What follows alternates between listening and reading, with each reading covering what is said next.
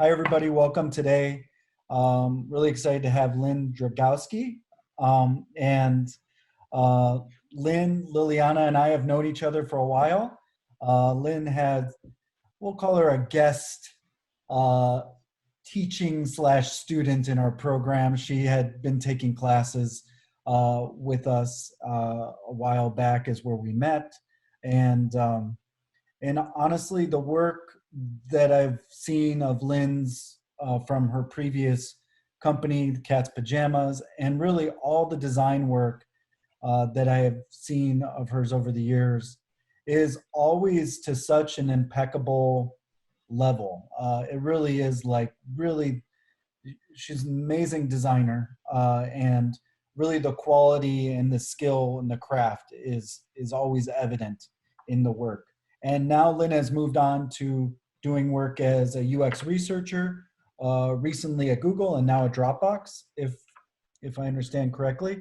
Um, and and we're going to kind of in reverse do the introductions. By the way, before we do that, we also have Liliana Velasquez from Indeed, which uh, it's always great to have Liliana with us, and Josh Dickinson from Unfiltered Audio as well. So, Lynn, if you wouldn't mind providing us a little bit of the background of your story and your journey to get to where you are today. Got it. And thank you for that very kind introduction. Very nice of you to say that about my work as a designer, because I don't consider myself a designer anymore. So it is nice to hear that I was a designer, or was thought to be like a designer. But so I'm Lynn, and I have kind of an odd, curvy journey that got me where I am today. And it starts probably after college. Well, I guess as a kid, I was always really big into like Star Wars and that sort of thing. I love film. Went to college and studied communication, film, and journalism. Loved journalism as well. And then when I was in college, I wound up getting the opportunity to work at Lucasfilm. So that was a huge dream come true of mine, to be able to work at Skywalker Ranch. I'm from San Francisco, and then also spent time in Southern Marin, so it was always a part of sort of the Bay Area. And so then I was hired there after I was there, and it was really fun. I mean, it was really great. However, you're not earning very much. You're not doing the most exciting of things, but that's all right. And then I wanted to take some time off to travel. I also love to travel. So I took about 4 months off, and they transferred my job to LA, and I didn't want to move to LA. And so then I kind of got piecemeal here, project employee stuff. And at the same time, my best friend, just as I love film, she loved music, and she, got a job at Bill Graham Presents, which was the biggest, like the West Coast concert promoter here out of San Francisco, was a booker like at music venues throughout the city. And it was really interesting because we both landed our dream jobs, right? And it was fun, but I don't know if it's don't work in what you love or don't work entry level in what you love. And so we actually weren't the happiest. And because we were young, it's like, if I'm not happy, it's like, quit, move on, quit. So I've had just a lot of, different jobs and things. And then we kind of, like, I think our family, like, they noticed that we weren't that happy in what we were doing. And I'd also worked in independent film at Film Arts Foundation. Like, I'd done a lot of different things. So they said both of our dads technically work for themselves. Like, my dad's a salesman, and so had ultimately worked for himself out of an office, out of the house. And my best friend's dad as well had a lot of series of businesses. So they were kind of like, we had this example. It was like, well, nobody's gonna give you what you want on a silver platter, and so you have to go find it for yourselves. And because we had that example of in the family, like, okay, let's do this. And so that's what we decided to do. And foolishly, instead of just immediately thinking internet company, like everybody else, I suppose, was doing back then, what we did was we were roommates. And every night before we would go to sleep, we said, we're going to brainstorm one idea of something that we would do. We came up with tons of ideas, things we knew we could do, but then we talk about it and we would be happy doing it, blah, blah, blah. Then one night I said women's pajamas, and it was like, she was like, I was trying to get you pajamas for your birthday and I couldn't find everything. There were coffee cups or stars and moons and all this stuff. And so then we said, well, let's make that. And so that week, this is how young we were, in our early 20s, we just quit our jobs and we didn't know what we were doing at all. You know, we didn't take Apparel 101. And so what we did is we took 1 year and we learned everything we could about the apparel industry. At the point, Academy of Art was way too expensive. SF City College now has a course or a program, but they didn't back then. So what we did was we would just be like, I'm going to work here for 3 months, learn what I can, quit, and go to another job. So we had 5 different garment jobs in 1 year. And then we started our sleepwear company. And that is a whole hour-long discussion upon itself, but it was wonderful. And we got to create the environment we wanted. That's kind of what we wanted to do, was we just wanted to choose the people we worked with, have friendly office dogs, carve out time to travel. So every other year I'd take a month off and travel, or get season tickets to, you know, the A's or whatever we wanted to do. And so we did that. Fast forward over a decade, and had this pajama company called the Cat's Pajamas. You know, there's a lot of things I'm really proud of with that. We sewed locally. All of our sewers were in San Francisco and Oakland. We had a really wonderful network of stores, showrooms throughout the country, things like that. Had some really nice press, and some TV spots. My favorite being they wrote us into Buffy the Vampire Slayer, which was a real high point for us. But, you know, thinking about even before Cat's PJs, I had 8 jobs, a lot of different jobs. I was just like not happy with one. So we'd done this, like we didn't want to take over the world, meaning we didn't want to sew offshore and so, you know, sell to big giant discounters or chains, things like that. And we'd done a lot, like we'd done a lot of things that we wanted to do. So we sold it. So in 2015, we sold the business. And then we putzed about for a while, but I'm not good at not doing anything. And so this is how I came to BCC. I've always done a ton of volunteer work. Animal advocacy is one area that I do work in. So our local shelter, the municipal shelter down by Aquatic Park, Berkeley Animal Care Services, didn't have a website, really. They had like a page on Berkeley's city website.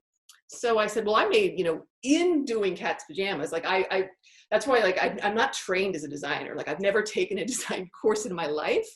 Photoshop, Illustrator, which were the tools of the trade back then, self-taught, built my websites, designed the websites. I got it to a point, I mean, ultimately when e-commerce became so huge, I did have to pass it on to somebody else, but I would always design catalog, all that stuff, prints I could help design. So anyways, I said, okay, I should probably learn how to do this if I'm going to do this for the animal shelter. So there was a 6-week course at BCC, web development and design. I took it with Sarah, who was our teacher, who was absolutely fantastic. And after those 6 weeks, I had wireframed, designed, built the bones kind of on WordPress of the website, and then passed it along to a friend, web developer, who was able to finish it off. And so that's kind of what started me on that. And loved Sarah as a teacher so much, then decided I took another one of her coding classes, learned about UX. Then I learned about it. And all while I was doing this, I got constantly doing pro bono work and things. I'm always, like, you'll know as a designer, if once people find out that you can design, you will be doing every single poster and t-shirt and social media banner and everything. And it's fine, you know. So I was kind of, you know, doing UX that way. And then I learned about UX research. And I had also in college studied social psychology. Hadn't really used it in the pajama game or anything. I mean, probably I'm using it every time I interact with other people, but that really just fascinated me. And so at that point, I decided, like, hey, this is something I'm really interested in. Started just reading, like, I know there's no UXR class at BCC, but there should be. But then I just started reading books, anytime I got a pro bono project, I just squish as much UX research as I could in it. I'm going to redesign your website. Let's do information architecture. Let's do a card sort. Like, let's do this, and then, slowly got a UX research assistant job, moved on to another one, like part-time and then fast forward a little bit. And then I was offered a job at Google as a UX researcher. And so I worked for about 6 months on Chrome OS, which is the Chromebooks. And the first day I started was the first day I ever touched a Chromebook. So that's how much background I had in that. But that's okay, because that's UX. I don't know you know about UX research, but you're essentially like solving user problems and finding out their needs. So coming in as an outlier is actually a good thing. Then I worked, that was in Mountain View, which I live in Berkeley, so that was less than ideal. And then I was transferred to work for Chrome. So then for just under a couple of years, I worked for the Chrome browser, UX research. I owned iOS, so the sort of interface and different features on iPhones and iPads. Then also did a lot of segmentation work if they wanted to look at different segments of people. I wound up doing a lot of Gen Z stuff, which was interesting. And then again, I like change. And so then beginning of this year, I switched to Dropbox. And now I actually, again, I touch a Chromebook for the first time. Now I now work in their innovations area, their new frontiers sort of line of business. And I specialize in intelligence. So I do machine learning and artificial intelligence research. So that's what I do right now. So it's really amazing. The dots are just like, how do those connect? But they do, that's how UX paths can go. There's just a lot of, there's a lot of opportunities. There's a lot of avenues. There's also there can be a lot of walls, but you just have to climb under them or over them or do what you need to do. And, be confident that you sort of can do that. So that in a nutshell. Well, I think there's a ton of questions that we have, but maybe one of the ones, especially for the people who will be watching this, that'll be most helpful, is maybe you could describe one of those walls and how you overcame that. I think that. Yeah. I would say the toughest one, and I talk to a lot of people or help mentor people who are, and particularly sector switchers, which is what I am, like someone who really did a big pivot. And it's getting those first opportunities. It's like, you don't have any experience, but you can't get experience until you have experience. Well, the way I attacked that was and I was in a position where I could, which I totally understand that not everybody is able to. And it's not like I work, I could work pro bono for a while because I had sold the business. But even if you could just do it after work, but it's as whatever type of experience, whether it's paid or not paid, those are all going to be stepping stones to whatever the next opportunity is. And so whether it's a friend who needs some graphic design work as a designer, if you're really interested in something that sparked and you write a Medium article about it, it's like getting yourself out there and just getting things that show who you are as a designer, the process, say, for example, you're I'll take one of my, World Life Conservancy needed, wanted to switch a blog to a website. And so it's okay, well, I chronicled everything I did, this is how I attacked the problem and this and that. And you could, one small project, you can make appear like a much bigger one. And then that's that can be a major part of a case study for your portfolio, because you don't need 20 of them.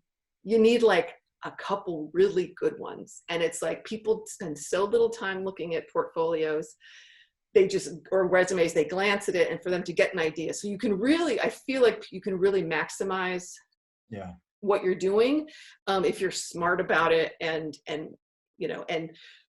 also, look at what other people are doing. So I think that really helped. And nothing and I think because I was an entrepreneur for so long, that I'm used to rolling up my sleeves and getting the job done. And so it's nothing is beneath me. I've been in disgusting freight elevators with a 60-pound bolt of flannel on my shoulder, And it's like whatever needs to get done, you just do it. And particularly when you didn't think I had those same hurdles, like as a, 25-year-old in her apartment trying to like have people sell, like people wouldn't even sell me fabric. I was not worth their time. Like you'd call a company and they'd be like, and they'd hang up on you, and so I'm just used to like figuring out, like, if you're not going to do it, then how am I going to get it? And I'm not a proponent of lying by any means, but I do think you can zhuzh things in ways that appear more advantageous. And I'm really good at that. That's like one of my Jedi powers, is taking a resume and like moving it around and things like that. But you just have to, it's, when I say fake it till you make it, it's not like fake it and lie, but it's just like, hey, you need to present yourself in a truthful light that is, and be confident about it. And the other thing that I also helped me, I think, was I was confident enough in my own self where I could ask a lot of questions. Like when I got this Google interview, I was like, I told them right away, I was like, this, you can see my experience, like this, this is what I can bring to the table, but it's like, I'm going to ask you a lot of questions because I don't want to do it wrong, but I only have to ask you once, And so I always had this idea, like I was always learning in books and this, and hey, do you have any books I could read, So I was really like laying the foundation of the experience by self-educating, getting as much experience, whether it was paid or not, a part-time job, things like that, or working with friends. Like if you've got remember Liliana, like when we had that wonderful design group on Monday nights, and we just supported each other. And it's like, let's work on something together. I worked on something with Rachel together, like this electronic synthesizer. Well, that could be a portfolio piece, So all those things together, that's what's going to like get you one step ahead and then another little step. And then pretty soon you're just going to be like, why did these idiots hire me at Google? Like, oh, well, so I shouldn't say that, but. Don't worry, we'll edit that part out. Yeah. No, just kidding. Yeah, there's so much there. I was just noticing, it's interesting because even you and your business partner, even from the beginning, it's so fascinating because you tackled it with this sort of iterative design thing. Like, you talked about, every night we talk about different ideas, pick the best, talk about it the next night, pick the best, talk about it the next night. That's fascinating. I love how you used jobs as a type of school. That's just an amazing kind of life hack. You said, we have to learn about the industry. It's easy. Let's go get 3 jobs and then we'll quit them quickly. It's kind of like fast, fail quickly, and fast iterative educational experience. Yeah. Wow. Let's see. I also noticed it's kind of fascinating. You talked about this weird niche, which I was going to ask you about, sort of how to maintain beginner's mind when you're approaching user experience thing. It's almost like there's a niche you mentioned where it's like a really knowledgeable user experience researcher with very little experience in some sort of specific field, which it seems like you filled at Dropbox and previously. Yeah, and I think it's a real strength because I myself am an outlier in a lot of ways. And if you like, even taking a step back, like in tech in general, like I'm older than a lot of people. I don't consume, like I don't do social media. I consume the actual newspaper as opposed to, like there's a lot of different things, and I'm not alone or anything. But I think bringing this like, vantage point to the table really is helpful, because I think a lot of times in companies, people or in design teams, like they're either all very similar or they have these kind of blinders. They only see things from a certain lens. And so being able to come in and be like, well, this is good, but you also have to think about what if this and what if that, and I think that served me well from the very beginning. And then it sort of only gets better. And it's not like you're going to be designing for an outlier, but you need to not ignore them. And there's also they're important segments like accessibility, that you do need to address and be cognizant of as well, that I think a lot of people might not think like, oh, the contrast in this isn't going to work. Oh yeah. Like for low vision people or something like that. Like there's just a lot of sort of different things. Yeah. How much were you studying Gen Z, and how interesting was that? I mean, at what level? More like statistics and things, or more My interviews? love is foundational research. So there's quantitative and qualitative. I can do quantitative, that's more numbers based, and it's surveys and things like that. But within qualitative, like at the very beginning, there's like exploratory research found, like when you're trying to figure out like, what are the needs? Are we underserving certain people? Like, and you really have to go in there and dig and talk to people. It's a lot of in-depth interviews.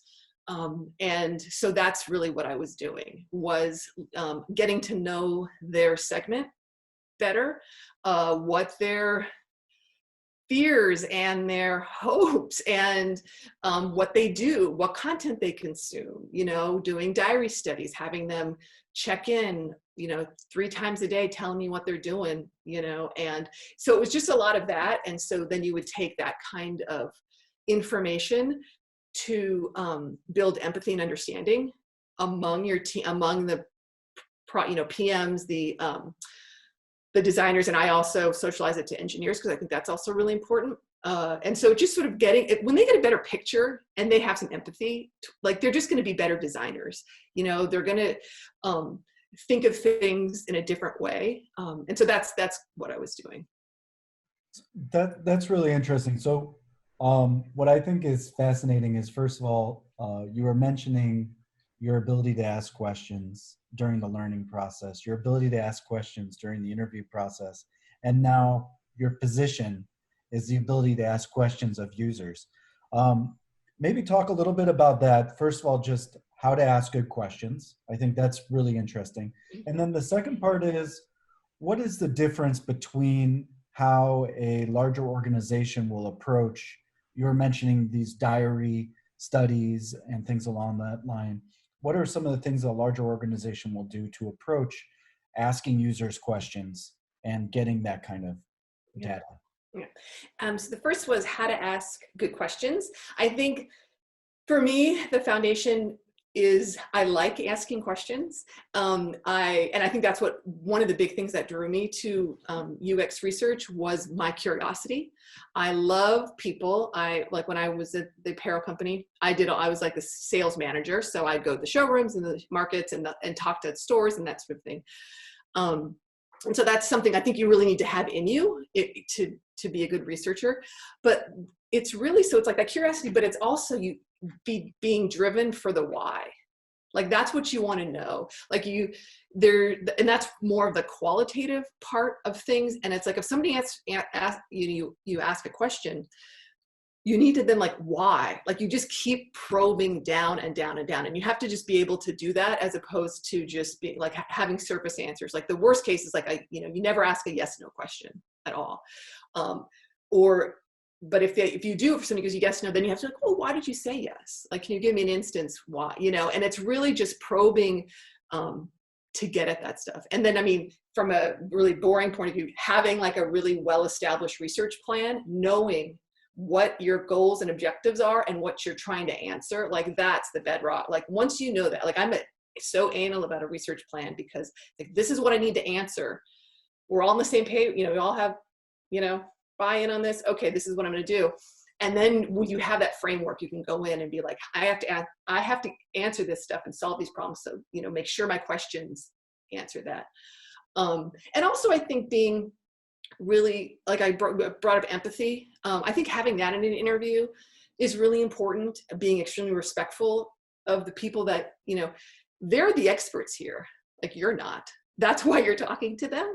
And so, making sure they feel safe and not like if you're doing a usability study, like you're trying to use like a prototype or something and people do something wrong, they blame themselves. Like that's just human nature. And so being able to create a space where if they you can see that and so they don't feel that way, things like that I think are also really important. And then the second part of your question was about big companies versus small companies. I think the difference with the big companies is that they have deeper pockets and more people. And so, for example, finding people, I don't have to do that. We have research ops that always take care of that. Like I tell them what I want and who I'd like to speak with. And so they find it. In the past, even when I worked at nonprofits, which I did before Google, we would use outside vendors to find the people. But if you were doing like a DIY research study, I would you could use social media, like blast on social media, or friends of friends, like that's all it is. And honestly, I can't remember what the statistic is, but like say for usability, it's like 8 people are going to discover 80% of the usability issues or something. Like, you could talk to 10 people, as long as they're, as long as they're the right people. Like, don't talk to somebody about waffles that's, gluten intolerant. So I don't know, but you need to be having the right audience and participants, but you can, just find people sort of scrappy DIY way. Yeah, but we also have a lot of more resources too, like diarrhea, like all this stuff too. Hey, Lilia. Hi, Lynn. I have a question about your journey. Because a lot of students are are working in the same path they once you were.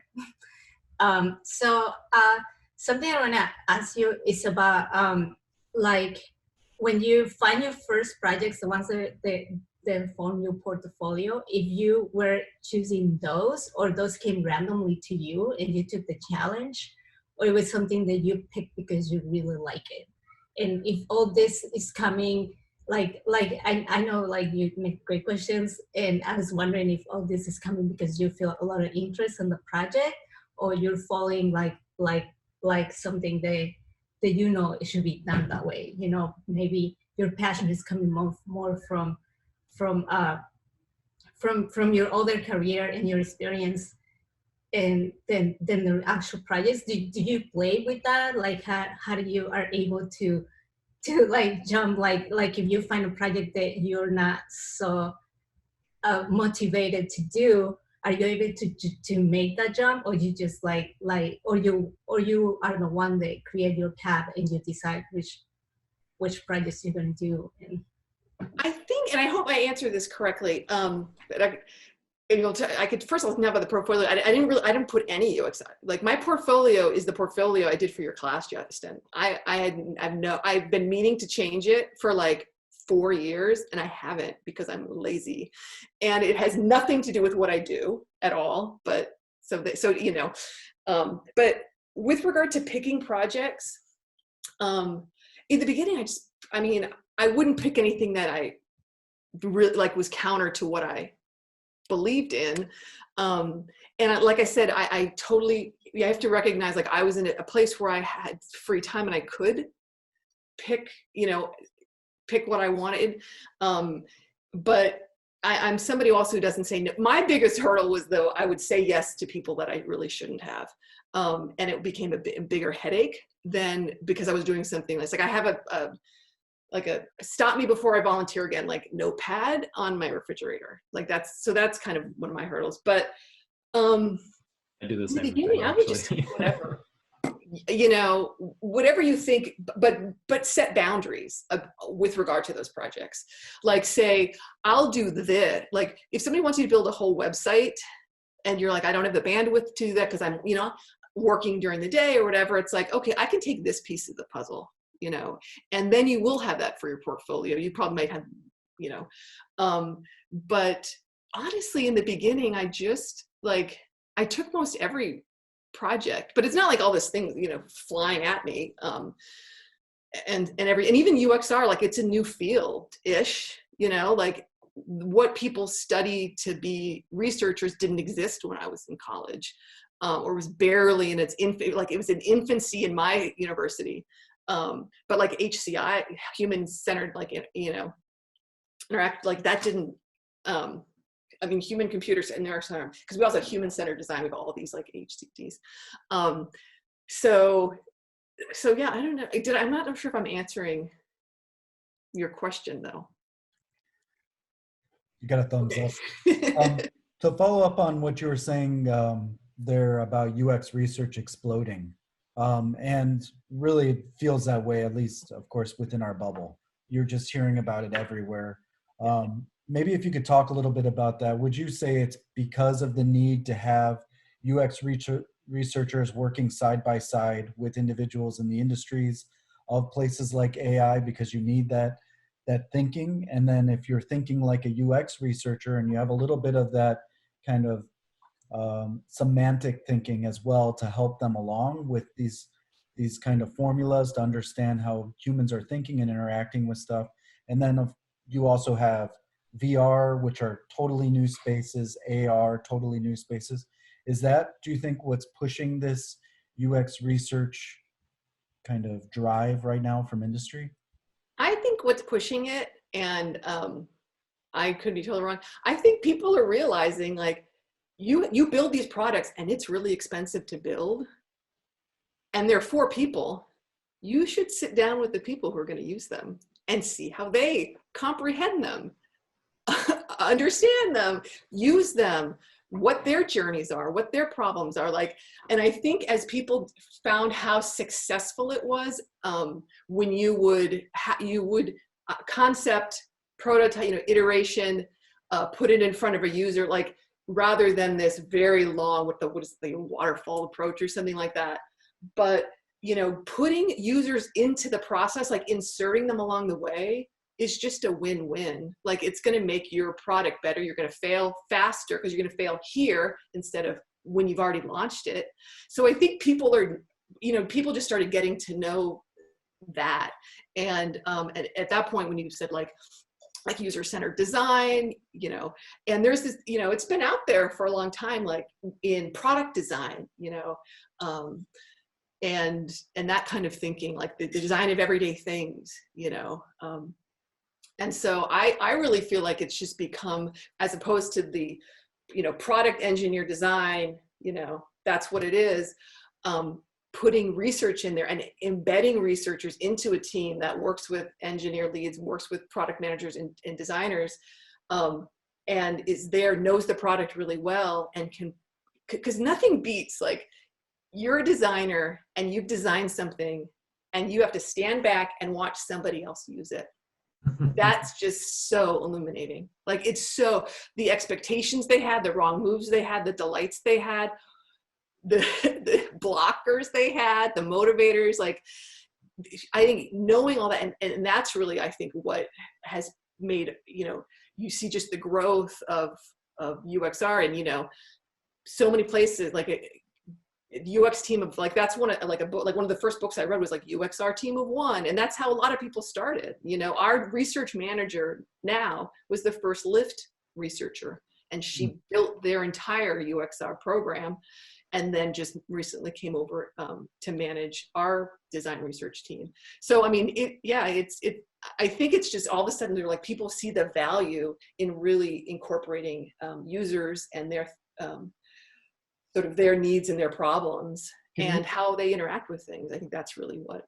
Can you provide an anecdotal kind of example of when you were in that phase and there was like an interesting outcome or funny outcome or unexpected outcome, and kind of what you were looking for in that research phase when you were working with, to kind of give us an idea of what a kind of a snapshot would look like of that?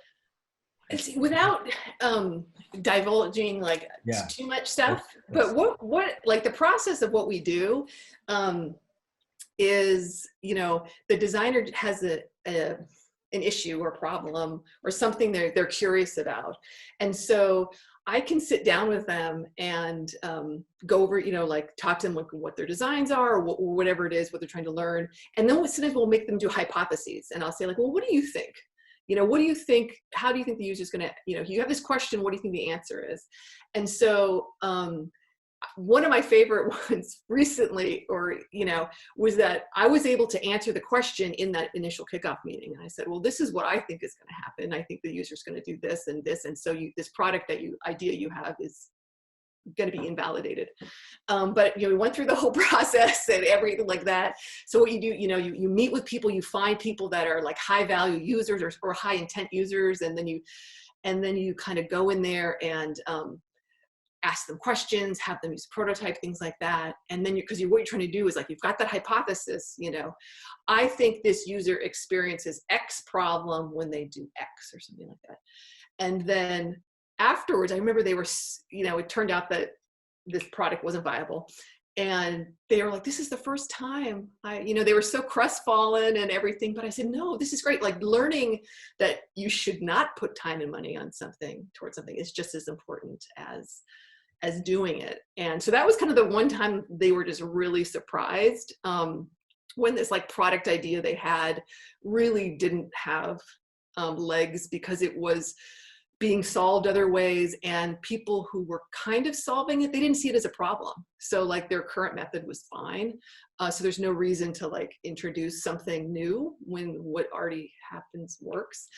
But I don't know, you're always finding some fun little gems. You're always meeting some kooky, wonderful user, who's doing their interview, like they say they're a big giant like entrepreneur, and they're like in the back of a Lululemon like storeroom closet doing the interview, like, and you're just, what's going on here? Like, and just weird. It does keep you sort of on your toes, and you learn a lot of interesting facts. People are very forthright and stuff. So it's always interesting, I guess. How long? Yeah, I think that, are you curious about like the whole process, or like you were saying like some sort of gem that I learned? Like a lot of that stuff I kind of, That was great. it's either really boring or it's like I can't really mention. That was great. I'm curious about all this stuff actually. But one more quick question, then I know Josh has a question. But how long is a cycle of doing that? And do you have multiple projects going on at one time? I guess. Yeah, this is very unhelpful. It totally varies. There's something called rapid research, which I did when I worked on Chrome operating system on Chromebooks, which was we called rapid research, which had a 2-week cadence. And so it was really fast. And it was a lot of usability, like iterative designs and tactical research. But I could get somebody, as long as I could get my participants, I could have a prototype or a paper prototype sometimes, or like they'd use a stylus and it'd be like a chopstick, like it was scrappy. But if there were specific answers I knew I could get them quickly to sort of move the design forward. And that's the most important thing, which I should probably mention in the beginning, is what we do is like, it has to have impact. Like, I'm not going to answer any question if it's not going to move the design in a certain direction and have an impact. Like that is first and foremost the most important. So I would do it in 2 weeks. And so I'd have those going on, and I might have a longer study. I did some accessibility research at Google, and that took probably 3 months because it was finding the participants. I did really in-depth interviews. And so, you do usually have at least 2 things going on. Of their, whatever they are. And I really like them because, one thing I like about it is, and I'm kind of adamant about like not being only usability, but I like the variance. Like I'd rather have somebody come and like the problem, like I love to go to our like UXR office hours for Chrome. I'd be like, I'll go to it. Like I'll be the researcher, because it's like everybody, they have these problems, and I'm just like, again, roll up my sleeves. Like, how are we going to solve this? Like, here's the problem. Like we could do this. Geez, we could do a participatory design. We could do this method. We could, and you're just, so there's lots of different ways to sort of solve, but you have to know what that initial problem is that you're trying to figure out, and once that happens, and it could be a diary study. So a diary study is like people are using the actual device or feature, and so then, you might need them to use it for 2 weeks, or you might need to, or they might be using 3 things, and you're using A and you're using B and you're using C, and then you're using B and you're using C and stuff. So that lends itself to being like a multi-week thing. But you could also, like I said, you could go to a Starbucks and stop people and say, I'll give you a $20 Starbucks card if you answer these questions for me. It'll take you 15 minutes. And I mean, or go to a cafe or do something and pull people, your participants aren't going to be like this wonderful cross section or whoever you want, but you're going to get some answers if those are the types of answers that you need. So it can be super short, or it could be months. I remember that person at the mall who was walking around with a clipboard asking people questions. Yeah. Back in the day. But you're just saying, just go out and try to understand who your persona is, first of all, where your demographic is, and then just go to the Starbucks where that demographic might be, and and give them a $20 Starbucks card to ask them. Or $10 or nothing or whatever it is. Or a cup of coffee. I don't know. Yeah. And you can also another good thing too is a big proponent of piloting something. And so if you are, you have some interview questions, or you have some prototypes, that you want somebody to go through, whether it's a paper prototype or like a mock, on a tablet or whatever, a laptop, like make sure you just have a friend. It doesn't matter if they're your family member or whatever, like just make sure you get through the process once to really make sure there isn't any like major blockages or anything like that, because you don't want to waste a participant and a $10, $20 gift card or whatever, I don't know, on somebody where you're just like, oh gosh, like I didn't even think that they would push this button and that like, or do something that like, I don't know, whatever it is. So it's always good to kind of do a dry run, or several dry runs, Right. Don't let the experiment get derailed from something so obvious and easy to filter out. I'd be fascinated to know your thoughts on if you have any ideas about the cutting edge and kind of the future of UXR, specifically, I mean, any direction you want to take it, but I'd be fascinated to know on the quantitative side, I guess, more than qualitative.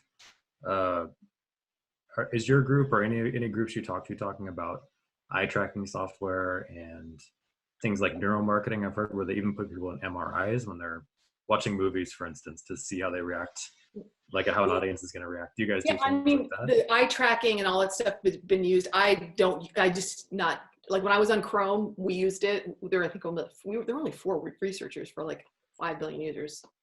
Wow. But one guy. That's a big ratio. A little bit more, I think now, but would definitely use eye tracking, things like that. I don't think we ever did an MRI machine or fMRI or anything like that.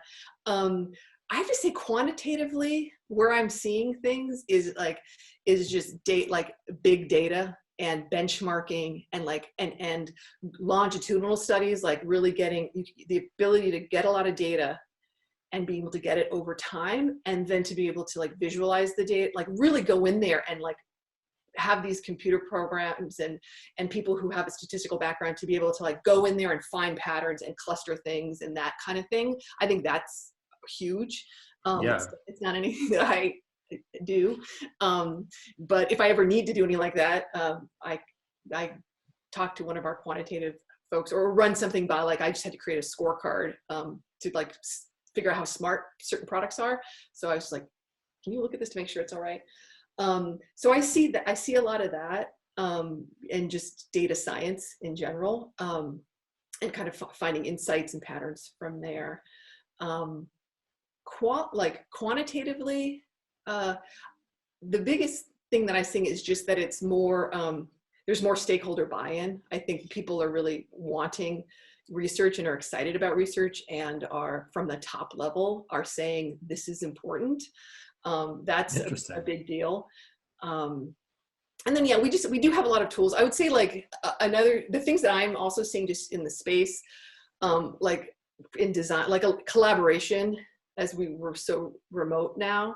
I think things that incorporate collaboration or are cognizant of a collaboration being a part of that, like just looking at Sketch versus Figma, right? Like the fact that you can now have real-time collaboration on design documents and commenting like that, those sorts of things, I think you'll see in design, but I think it'll go across like the landscape of communication, productivity, all that stuff. Very interesting. Oh, it doesn't. Oh, yeah. I'd be curious too. I mean, is there ever consideration that you deal with something, for instance, I think of it kind of like a Coke Pepsi thing, where are you guys talking about these new products and kind of things in a long-term educational sense, where you might say, oh, it won't be intuitive at first, but down the road, it's the best design or it's the best experience. And once people get used to it, it'll be better. Or is it more like, no, we need to make these things so they're instantly accessible?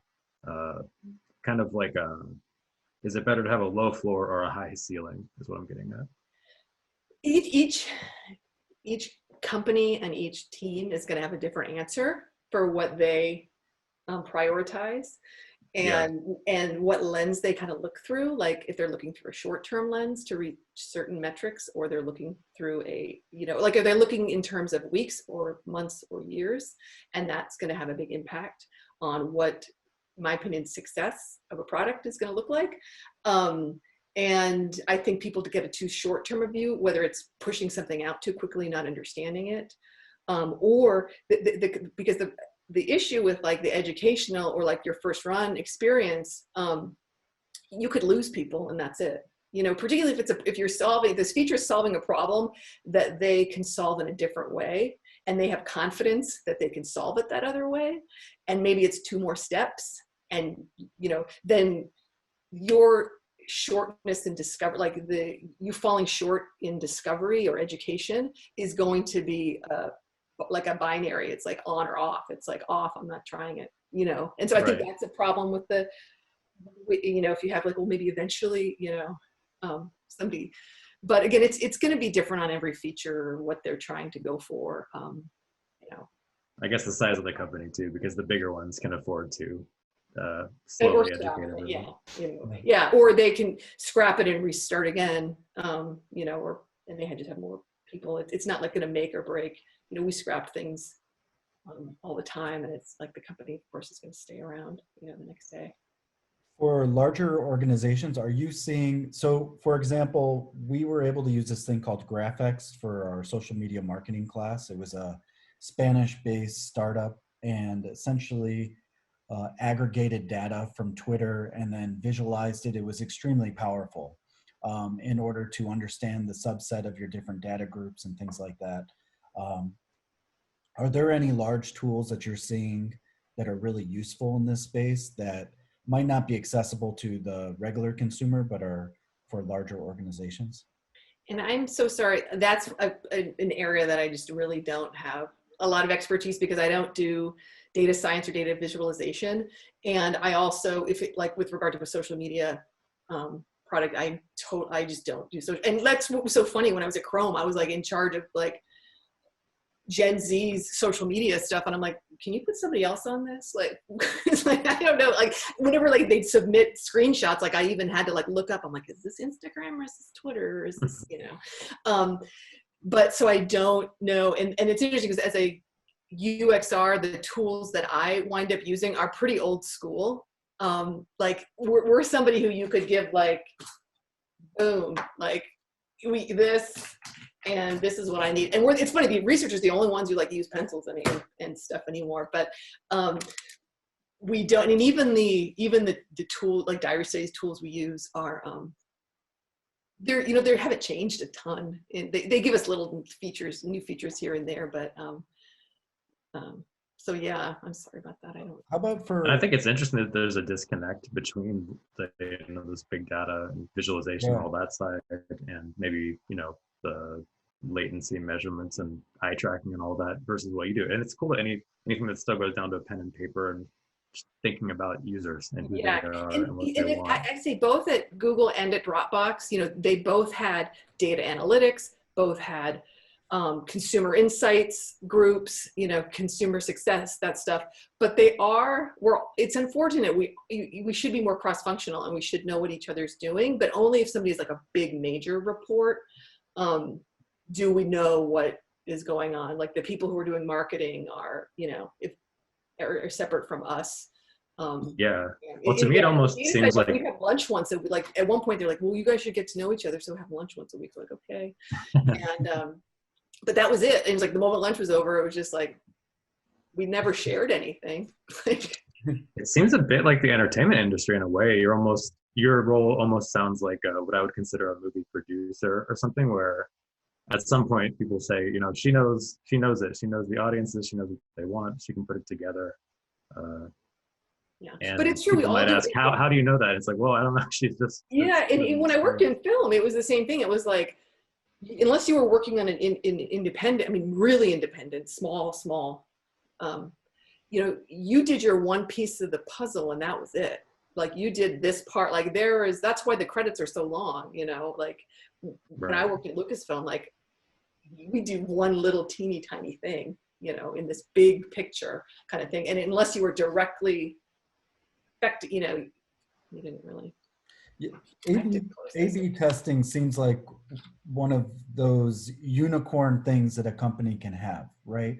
And of course, the analytics, data analytics would give a lot to that. But the ability for an organization to create two separate websites or apps or versions of it, at least the front face, and then get users to use it and then get discernible results from each of them to understand a direction. It seems like a unicorn thing because a startup or a new organization isn't going to have that many users in the first place.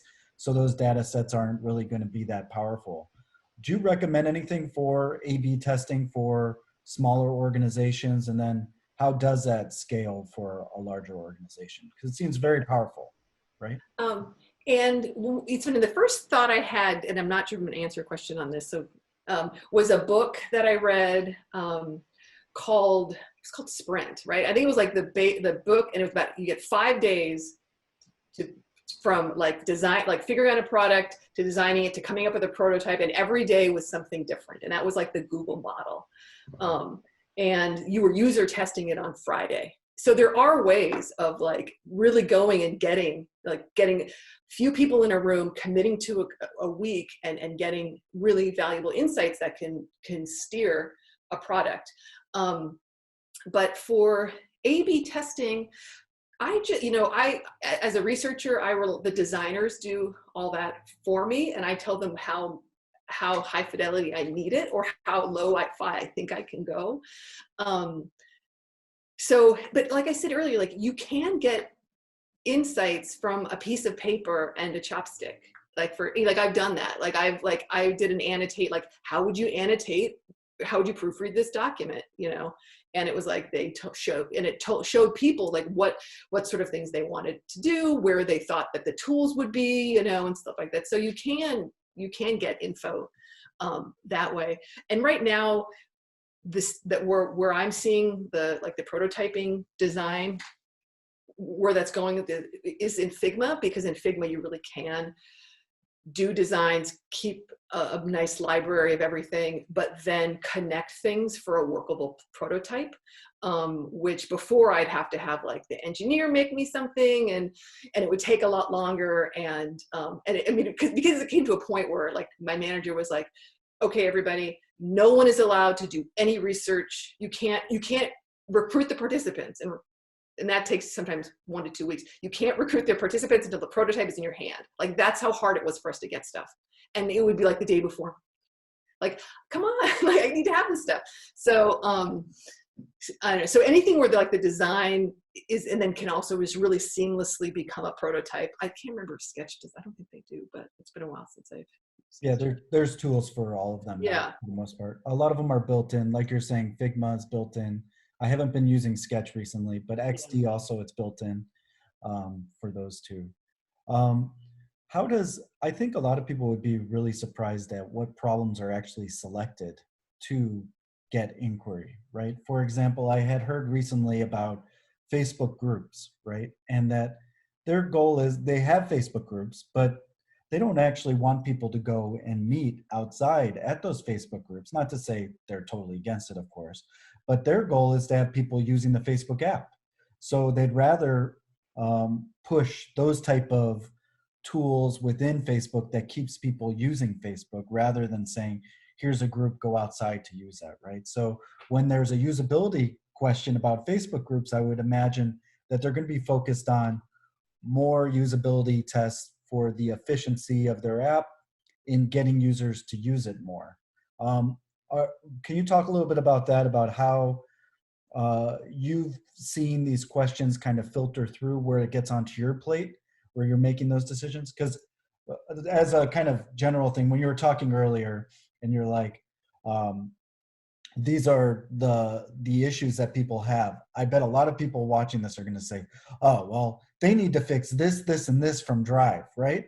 For example, I actually have a friend who was working for Google, and they were sending messages to Drive saying these are the issues that weren't getting fixed, right? So how do those choices actually come down to you where it's something that you're going to choose from? What are usually the quality is. Well, the Facebook example is something that I think a lot of people deal with, is important to them, and that's eyeballs on the screen. I saw that in Chrome, and that's a push, and those sorts of things are going to be top-down mandates from whatever they're measuring their success by. And so they're going to, when it comes down to a researcher, it's like, what is keeping eyeballs on the screen and what is not keeping eyeballs on the screen? What is opening up? What are they using it for? Why, the time, the session time or whatever, those sorts of things. So it's really going to be whatever, like I said, that mandate is, and it could be like, you could have many. It's like the top down is revenue, new monthly average users or something like that, or weekly average users or something like, or it's going to be reoccurring revenue. Like it's all these different things. And so like, if it's, like I said, it's eyeballs on the screen because of ads or because of other things, then it's like, okay, how do we maximize this engagement? If it's going to be revenue, it's like, okay, where are we going to find opportunities for more revenue? Like that means it's going to be new features and new products, upsells, that kind of thing. So then those sorts of questions will be asked of a researcher to look into those kinds of things. So that might be like usability on a new feature, or comprehension, or concept testing is another one. Like, oh, we have this concept of a new X. And then you barely even have a prototype. You might do participatory design, like what do you expect if you're, whatever, and have them draw out what they want. You could see like, oh, these features are important to people. So it's all kind of driven by what, like I said, this top down usually. But then also you get like, the reason I did accessibility research was because like this lead engineer was like, I don't think we're doing enough for people with learning disabilities in Chrome. And I'm like, I can help you with that. And because I'm really interested in underserved sort of segments. And so that, that's how that came about. And now, like I said, that was like a 3-month thing that took a lot, it was expensive. So it really kind of matters, like what, and again, for Facebook, it's eyeballs on the screen for ads, and it's scaling, it's all scale at no cost, at any cost. So that's what's going to drive their research. Are there any industry resources where somebody could look to understand some of those top-down mandates of like what they're looking for as far as success from larger organizations? Because I don't think a ton of people share that stuff, but I think one thing that I think has served me well is like, I love to read, and like I read the paper. So like I read the business section. I don't read tech. I don't go super into it, but if you were interested in that stuff, like if you're knowledgeable about like this whole, like what's happening with TikTok and what's happening, that's where you're going to really start finding out why people make the decisions they make. And you'll start seeing these connections. And so I would say it's just like, read everything you can that's interesting to you. Like if it's like all the next gadgets, like you start reading Wired or whatever, like their emails or something, like you're going to get an idea of some like tech, trends and themes and ethical weird, things like that. Like, and so I would just say, keep your eyes open, talk to people, meet, chat with people, and ask a lot of questions. Yeah, Justin and I frequently, both online and offline, talk about dark patterns of design, because it always fascinated me that any of this data you collect about how to make something engaging, satisfying to use, kind of keeping them on the screen, can just be turned around and make something frustrating and kind of discourage it softly, which is I don't know how common it is, but I mean, I think there's a lot of pretty obvious. And you definitely have to be cognizant of it, and like machine learning is an excellent example. Like you can take away something that's burdensome or a difficult task, but don't take away something that's enjoyable to somebody, like, so you have to find out where that control is, and I don't, like when I was at Google, because I don't think I'm stating the obvious, I don't think I'm giving away a research secret, but many a time I would be like ending my report like,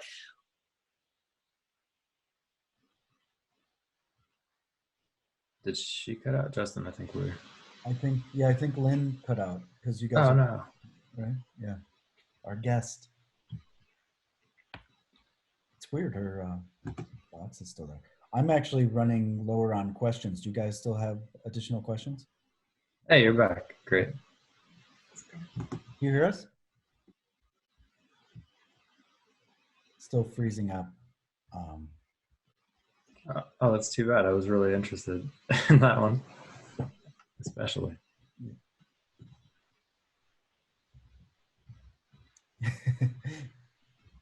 Yeah, I spent an hour fixing my internet, like Today. Is it working now? Yeah. Yeah. Okay. We got you. No, the in the hills, the internet stinks, and if mine gets bad, I jump, like it jumps over to my neighbors, and so I'm like, if I'm over one David and Linda's, I know that that's my backup. It's all right. That's the generation we're in right now, or the time period is everyone realizes Yeah. how bad their internet connection is at home. I think we lost you kind of early in that question, actually. So, yeah. And that question was, Yeah, I gotta go back. sorry. I think the effect of a user and dark pattern. It was kind of like we were beginning the discussion of dark patterns, and you were mentioning how you have to be careful. You do try to. I'm not putting words in your mouth here, by the way. But the idea is, if you're a user researcher, there are objectives you're trying to achieve, which might be perceived as dark patterns, but you want to make sure not to discourage the patterns that people like to use. Is what I was getting from that. Yeah, and there's just this balance that you have to meet, and the company needs to decide where it wants to fall, within that, and what type of I want to cater to the tech savvies and the key opinion makers of the tech world, or I want less people that might not be as sophisticated. Yeah. So yeah, it's really finding that area, because like I said, what one person thinks is creepy, another person thinks is helpful. So the second that you put AI in front of anything, a huge subset of people say, well, I can't do that. You know what I mean? And so when you talk about AI researcher, what would somebody need to do, and what to become an AI researcher? I know your skill set, and I'm pretty sure you're not an AI developer, but you're still able to participate in that realm. What would kind of be a scalable way for people to get involved in this emerging area of AI as a UX researcher, or other type of ancillary opportunities that might not be as a developer? Well, because one thing I think about AI is that it's this and it's a big black box. That's a big enigma to a lot of people, and I think experts are kind of keeping in that way, because to be an AI engineer and have PhDs, I mean, it's a really high skill set, that people have. So I think people are they just think it's a mystery, and so they don't even want to, But when you think about it, when you think about machine learning, which is to say, I'm going to give this data, I'm going to give these programs, instead of just programming if then do this, it's like, okay, I'm going to give it a data set where it's like, if you see this thing, it's a cat, label a cat, so that you can start learning, and that's how people, that's how your autocomplete works. I mean, it's everywhere. It's not this up on a hill, this black box, but it's your movie recommendations.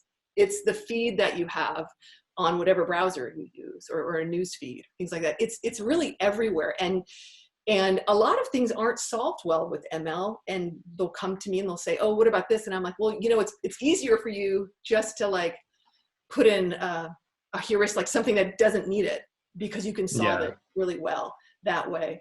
I think there's an example, because one thing I think for your students that's really good is, if people are interested in AI, Google has done a great job of putting a lot of learning resources online, and courses and things like that you can look at. And I think there's this one where when they, how if you write in Gmail and it's like, oh, see the attachment, and then you don't put an attachment, a modal comes up that says, do you want to do attachment? That's not well served for ML. I think they thought about it, but it's like, no, you just need to scan the thing. And if the word attachment's there and there's no attachment, then that's the best solution, for that. So I don't know. AI, like I said, it's just a lot of people are sort of scared. And some of the things that they they want me to do is be like, well, how ML ready are people? How ML ready are even engineers? Like it's Oh, that's it's fascinating. complicated stuff. That's a question that you talk about internally. How machine learning ready are people? Yeah, Like and users? that's the Oh, same thing like I would do at Chrome. Like how ready are people to have a feed in their browser? Or how ready, like games in their browser, I don't know, whatever they were making them do. So yeah. because you don't want, like I said, if you don't want to, if there's a experience that people are enjoying, like you don't, you think I'm taking away, I'm doing this for you, because people still want control. And the thing about AI, I think that people also don't, it's not they don't understand, but they kind of misunderstand, is that it's not, it's assistive, it's augmenting, it's not automating, it's not doing everything for you, because it can't. Humans, like, I can tell that's a lamppost better than a computer, because it's through the slats of a thing, a computer, it's going to take them months to program that. Like, so, it's really that it's just, it's like helping you along the way. That's why it's like, it's movie recommendations and it's things like that as well. It's tidying up, organizing your files, it's showing you the most recent files in Drive. Like that's ML. Yeah, I feel like I'm part of a shrinking minority, but I've always hated autocorrect. I wish there was something I could sign where I'd never be corrected by a machine, but it's like harder and harder. I think there would be a way, but there were things that I couldn't even turn off when I was at Google that I was. Yeah, I believe it. It's funny too, because sometimes I'll see now, and just because I know a little bit about how the algorithms work, but I can tell that the thing is underlining it, say if it's not autocorrecting, but it's underlining a mistake. And I'm positive that it doesn't think it's a high probability that it's a mistake. Maybe it thinks it's 5%, but it's going to underline it and then check if the user went back to accept or reject that to better train the model. So you see things now where it's, I don't know, it's almost like algorithm-centered design instead of human-centered design. But and they are putting a lot of like feedback loops in there, whether it's like, was this the right, even if it's a simple thumbs down or this, or how many times you're using it. Yeah, that's continuing to train their model. Yeah, so I guess that would be a top-down mandate thing of, is the dopamine priority of the experience more important, or is training the model for this month? But I have to say, I do think, fingers crossed, but I'm also Pollyanna, that people are cognizant of that. And I think researchers bring that up a lot. And I think just everybody, I think people do, that, that, we're humans and there's a certain, experience that we want, and there's certain control that's important to us that we don't want totally taken away. And that privacy is important. And so I think people are keeping that sort of in the conversation as they design things. Yeah, it seems like it's being negotiated and we're in a transitory situation, but it's cool. It's kind of interesting watching that ebb and flow society-wide as well. What are some emerging trends in AI that you find interesting? Oh gosh, I don't really, I have to say, to be honest, I mean, ML is not like I'm less interested in self-driving cars. So as long as I'm glad they didn't put me on that, which they don't do. I just think it's going to be more pervasive. And you're just going to see, I think people are getting more and more used to getting recommendations. With that, of course, you're going to have, the recommendations need to be more correct, because you can annoy people if you get it wrong.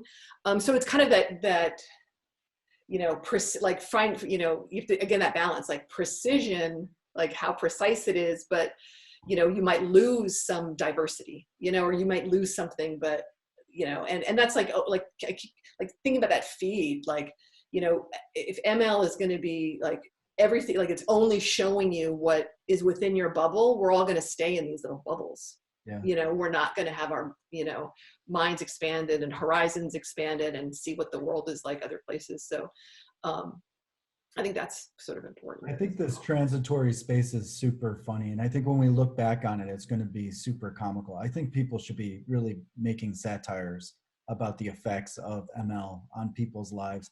And then it's interesting how there's software or new apps like Grammarly So ML is messing up the way that you're sending a message, then your Grammarly is going to tell you how to write that message better. So it's like some apps are helping support the effects of ML in your message and things like that. And then, of course, watching faculty members make the transition to teaching online, for example, the amount of mistakes from autocorrect or pushing Siri by accident or all these other, or waking up, okay, Google, all these things are extremely actually hilarious. And I think one other trend that with regard to like working remotely, we're just, and with cloud computing, the amount of content we're creating is just huge, and the collaboration that is required among all that, within all that content. And so being able to organize that, retrieve that, search that, I think there's a lot of ML potential there. It's not necessarily manually tagging, because nobody wants to do that, but being able to understand image recognition and sort of natural language, whatever, and all that kind of stuff, to be able to search and find content and not be overwhelmed. Yeah, and that gets into how your job is changing a lot because of COVID, right? Like you can't now go to Starbucks and just ask somebody a question. Are you? Well, yeah, I guess you can't. Sorry, that was bad. But hopefully it'll be well, better. you can with a mask. Yeah, live the rest of my There's still life. people going to Starbucks, so you can with the mask, right? But has that changed your job in certain ways with COVID, or are you seeing some transitions there? As a researcher, I think we're more affected than other say engineers or designers or PMs, because in our toolbox we had face-to-face interviews and focus groups and things like that, so we can do them remotely. Nothing's going to be as good as sitting down with somebody face to face and talking to them, or having a focus group if that's what you're after. You really want a conversation and people to be bouncing off ideas off each other, and sparking new things. You can't really do that online. So those are sort of the two of the big ways that we kind of have been hurt with everything being remote. But that's how it is, and so we do focus, not as much focus, but we just do all of our interviews remotely. Yeah. Well, this has been great. Does anybody have any further questions at all? No? This is amazing. There's definitely lots more questions to go in so many different directions on your journey, of course, but that's like hours more of your time that we don't have time to take up today.